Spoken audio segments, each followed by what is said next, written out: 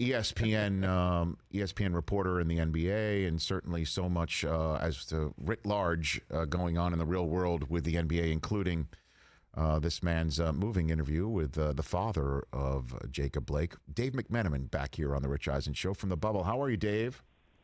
I'm doing well, Rich. Thanks for having me on. Thanks for joining. How close was the NBA to not returning and playing these playoffs that resume this weekend?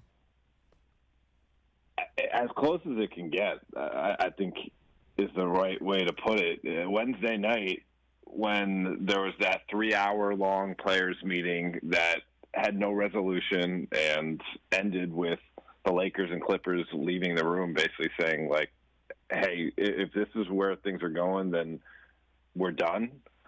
There was a very real moment where the only path forward would be to continue to not play games, because basically there was trying to fill in meaning for the Bucks' decision after the fact. And, you know, I've spoken to so many people over the last 4 or 5 days, and no one wants to disparage the Bucks because they believe that their mind and their hearts were in the right place. But there was also the very real recognition that everyone down here in Orlando, that's been, you know, many of the players and team members have been down here for close to 2 months at this point.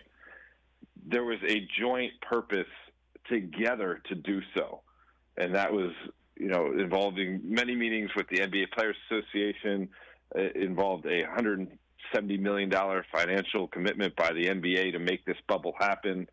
It involved sacrifices in terms of leaving one another's families, et cetera, et cetera. And there was purpose behind that. And what the Bucks did, while it certainly there was a purpose in the moment there, it was missing the big picture. And so, you know, after some frustrations were vented, and I think that some of that was just the product of this schedule down here has been such a grind. Everyone got a chance to, you know, kind of release that tension and then recognize, okay, we can do something with this moment. And there was a players and owners call on Thursday, and some plans were put into place, and we're back on. Well, and as always, Dave, as you know very well from your tenure covering him in Cleveland, it's a LeBron world where many of us just rent payers in it, and the reporting has been that LeBron was distressed that the Bucks made this maneuver kind of by themselves without realizing that it would affect the entire league completely, and there had not been any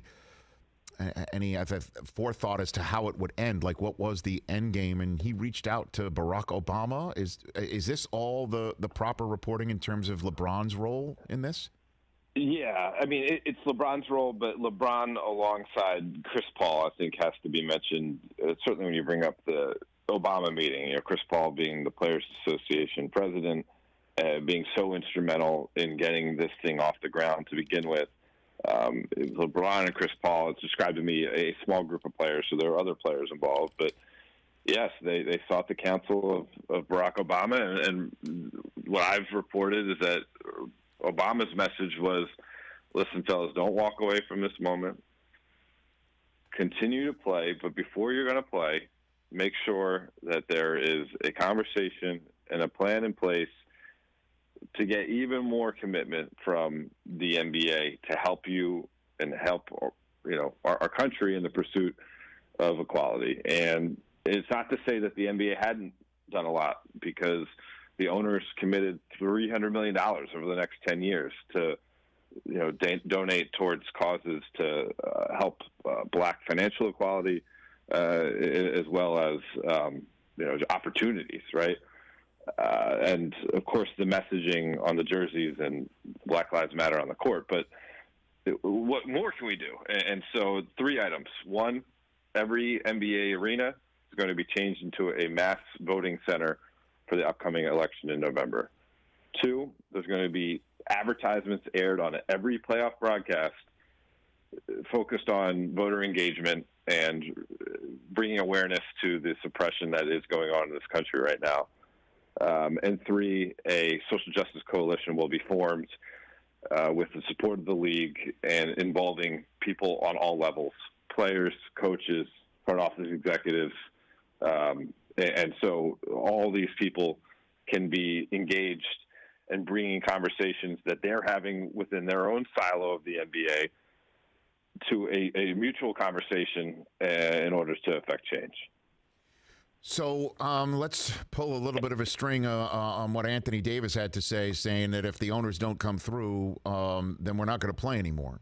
So, I mean, I don't want to – he said that everything went well, but we do know some owners in the NBA, the owner of the Knicks, Dolan, what if he gets a call from the president and it's like, don't do that with Madison Square Garden? We all know the DeVos family owns the Magic, and the current secretary of Education is Betsy DeVos.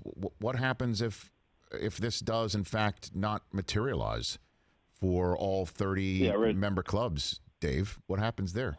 Yes, certainly, Rich. And it's prudent that you mentioned the DeVos family, because when Anthony was posed that question by Dylan Hernandez of the LA Times, he brought up the DeVos family and said, like, hey, look at their track record. What would lead anyone to believe that they would commit to this? And Anthony Davis echoed the same message that LeBron James said, and he said, they have given us their word.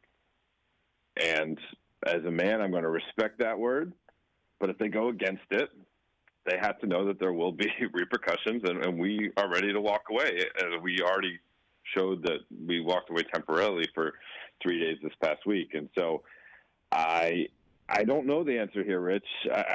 You would think that everyone involved would have a big picture perspective here and recognize that if they do mess with this, like, not only is that going to affect potentially their own business, but it would affect the entire NBA as we know it.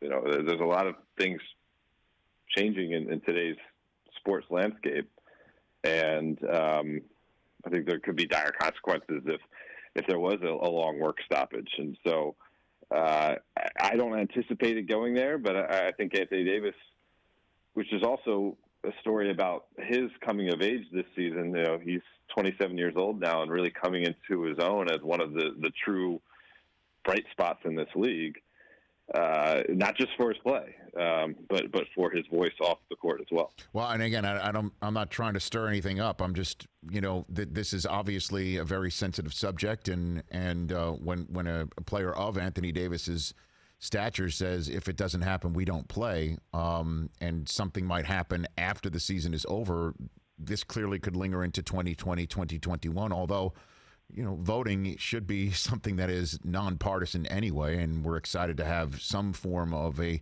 democratic norm in terms of voting, and this should all help out. Dave McMenamin here on the Rich Eisen Show. What about Jacob Blake Sr.? What did you glean from that conversation and the Blake family potential role in the conversations that occurred Wednesday through Friday, Dave? Yeah, Jacob Blake Sr., first of all, just remarkable spirit. I can't imagine the whirlwind that it must have felt like to not only process the fact that your son is now paralyzed from the waist down, but you were grieving process, or your struggle is being played out for not just the country to see, but the world to see. And I was just bowled over by his grace and his recognition that things will get better because they have to get better, and also his gratitude to care about his story.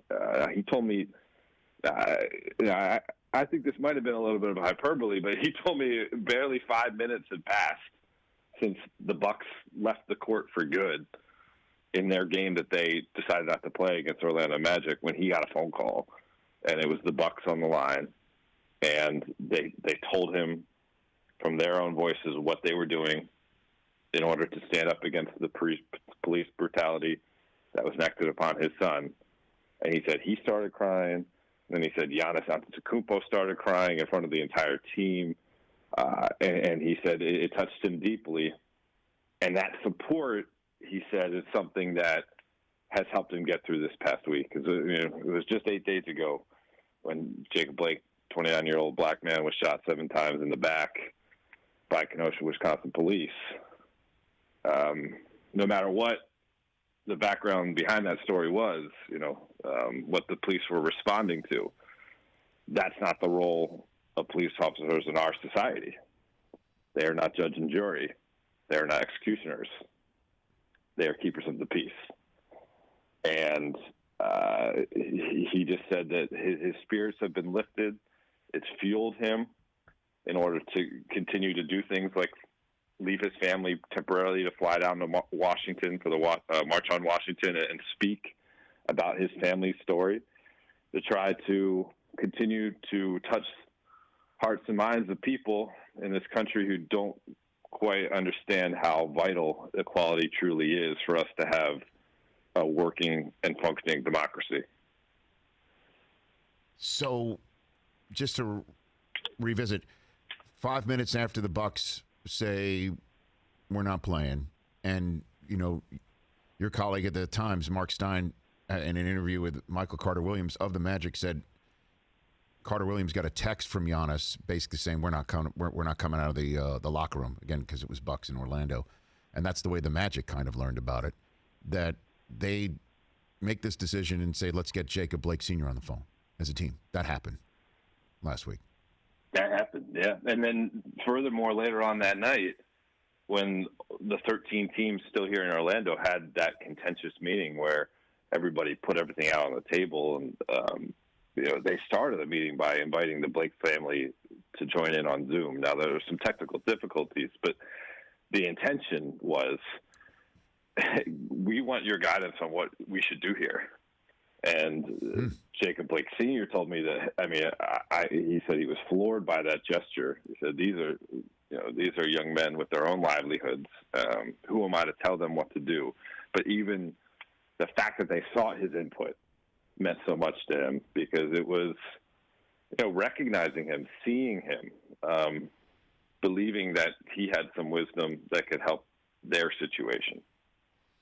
Dave McMenamin here on the Rich Eisen Show, NBA insider from ESPN, and he spoke to Jacob Blake Sr. as part of the coverage of the return of the playoffs over the weekend. A few more minutes left with Dave from the bubble. So let's talk briefly, I guess, about some hoops. So Anthony Davis and LeBron James together were just remarkable in that first round. That's exactly what the Lakers hoped they would get from these two guys who we've got the numbers on the screen. I mean, LeBron averaged a triple-double, and Anthony Davis was almost averaging 30 points a game and almost shot 40% from three. I mean, this is exactly what they were drawn up when they put these two guys together. And then Kawhi doing what he was supposed to do. We know the Bucks doing what they do. The Celtics destroyed the Raptors in their first game, the first second-round game being played. Is this wide open, or do you think this is still the Lakers tournament because of those two guys we just showed on the screen, Dave? The Lakers looked tremendous after game one of that series, and certainly I think anyone who had some concerns in the seeding round, those thoughts have been diminished, because really what happened, the Lakers didn't play any games that mattered for a month. And with a veteran group that going through these unique circumstances, that just didn't produce their best basketball. But when they had to lay things on the line in a playoff situation, they look like the team that we remember back from March. But the Clippers are really good. Those other teams you mentioned, I mean, I don't think anyone's played Boston right now. I don't think anyone's played Miami. I think this Miami-Milwaukee series, which starts off tonight down here in Orlando, is going to be tremendous. Now, of course, Jimmy Butler, hopefully he's over that shoulder injury that limited him in the Pacers series in the first round. But if he's right, the amount of switchable bodies that they have in Bam Adebayo and Andre Iguodala and Jay Crowder that they can throw at Giannis, and the amount of shooting that they have, and Tyler Hero and Duncan Robinson, Goran Dragic right on down the list, that's a formidable opponent. And I think Lakers are right there at the top of the conversation of who should win this thing, but I'm not eliminating the Rockets from that conversation. I'm not eliminating the Celtics. I'm not even eliminating the Raptors after they lost game 1 of the Celtics.